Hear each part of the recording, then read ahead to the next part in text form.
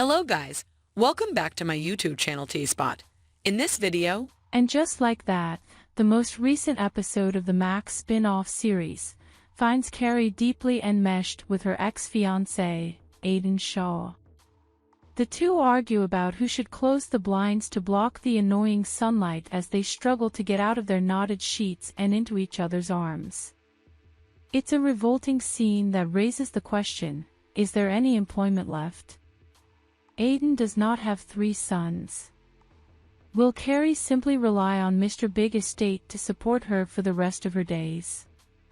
And speaking of Mr. Big, the man is undoubtedly squirming in his Armani suit because after mourning John James Preston's death for the past season and a half, Carrie is now publicly stating that she may not have truly loved him. Carrie dropped this bomb on her bestie Miranda Hobbes after gushing about how she's been having the best orgasm of her life and attributing it to holding back with Aidan in the past due of Big. I've been asking myself, was Big a big mistake? Sincerely, what comes next?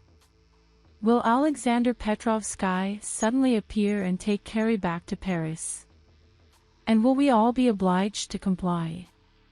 will everything be forgiven if Jack Berger writes her a sonnet on it on a post-it note? Although she even tells her pals if everything feels right, and it should, then why slow it down? Carrie doesn't exhibit any signs of taking everything gently. Maybe because you spent a week in bed after your husband passed away, and now you're persuaded you wouldn't have loved him in the first place. Carrie is now planning a trip to Virginia, of all places, to see Aidan and meet his sons, who are now 14, 17, and 20. What possibly could go wrong? At least she is honest when she says, "I'm still traumatized from that country shack he had upstate." Traumatized? That's excellent, Miranda responds. Coming from Miranda, I'm desiring me some cheap.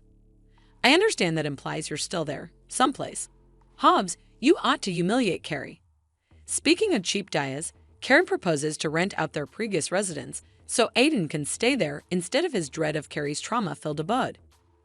Carrie and Aidan speak with Chi about their restored romance following a horrifying incident involving a pair of tongues that occurred in a home goods store and is probably the reason Bed Bath & Beyond filed for bankruptcy. Why wasn't this successful the first time? She queries. Carrie utters, because I've made a mistake, and collapses into Aidan's arms. What about the Mr. Big face-off, where Aidan acknowledged that his main goal was to compel her into marriage so he could claim his property? Carrie, did you learn nothing from your encounter with Gloria Steinem just a few episodes ago? The effect it has on Carrie's realtor friend Seema Patel is actually the finest aspect of Carrie and Aidan trying again. It's obvious that Seema is a fictitious substitution for Samantha Jones as she joins Carrie and the women for breakfast and exudes confidence as a big female boss. It's therefore extremely intriguing to witness how she responds to the inconsolable couple. She initially refuses Carrie's invitation to meet Aidan before she confronts her in the rain outside a hair shop over a cigarette, something that Aidan forbids no less. She reminds Carrie that in the previous episode, she had promised to join her for summertime in the Hamptons by investing in a pricey beach house there. With the words, "I won't love the way I feel about myself while he's there," Seema informs Carrie that she has canceled the house visit, adding, "From all I've heard, it seems to me like you've had these 2 tremendous loves and I had none.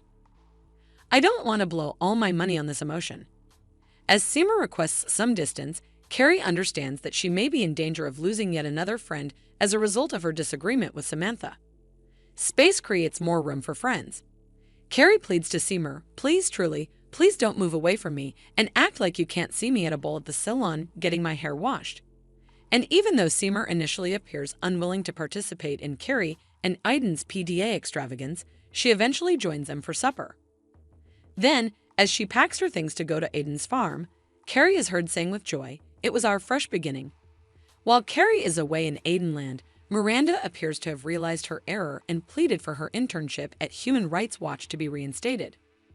Miranda pledges to put in a lot of effort because she fears that, like Lauren Conrad, the girl who skipped Paris, she will face discrimination for passing up the internship to attempt California dreaming with Kai.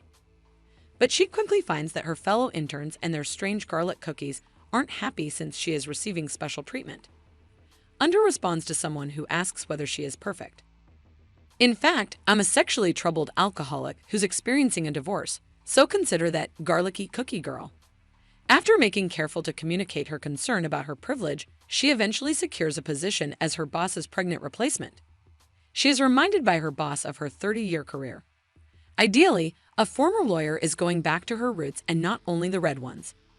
The current version of the same outfit Charlotte York Goldenblatt wore in her 22 innings is what she will be wearing as she prepares to read the art gallery scene.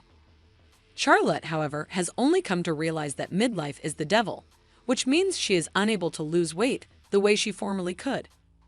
Charlotte arrives at her first day of work after consuming bone broth for a week and donning roughly 10 different pairs of shapewear, only to be met by the very skinny 20-somethings she had been dreading.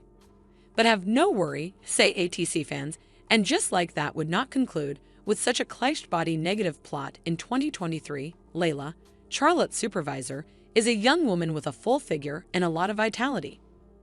Charlotte's Web is one of Layla's favorite books, and she proudly wears a crop top while encouraging Charlotte to make herself comfortable. She does, throwing out some shapewear that probably costs as much as a monthly mortgage payment. Everything turned out fine in the end, but we'll have to wait until next week to find out how things are doing on Aidan's farm or whether Miranda will keep shaking her vegetables like a Kardashian. See you eventually on another engrossing review. Let us know what you think in the comments below. And don't forget to like, subscribe, and share the video. Thank you for watching. See you soon.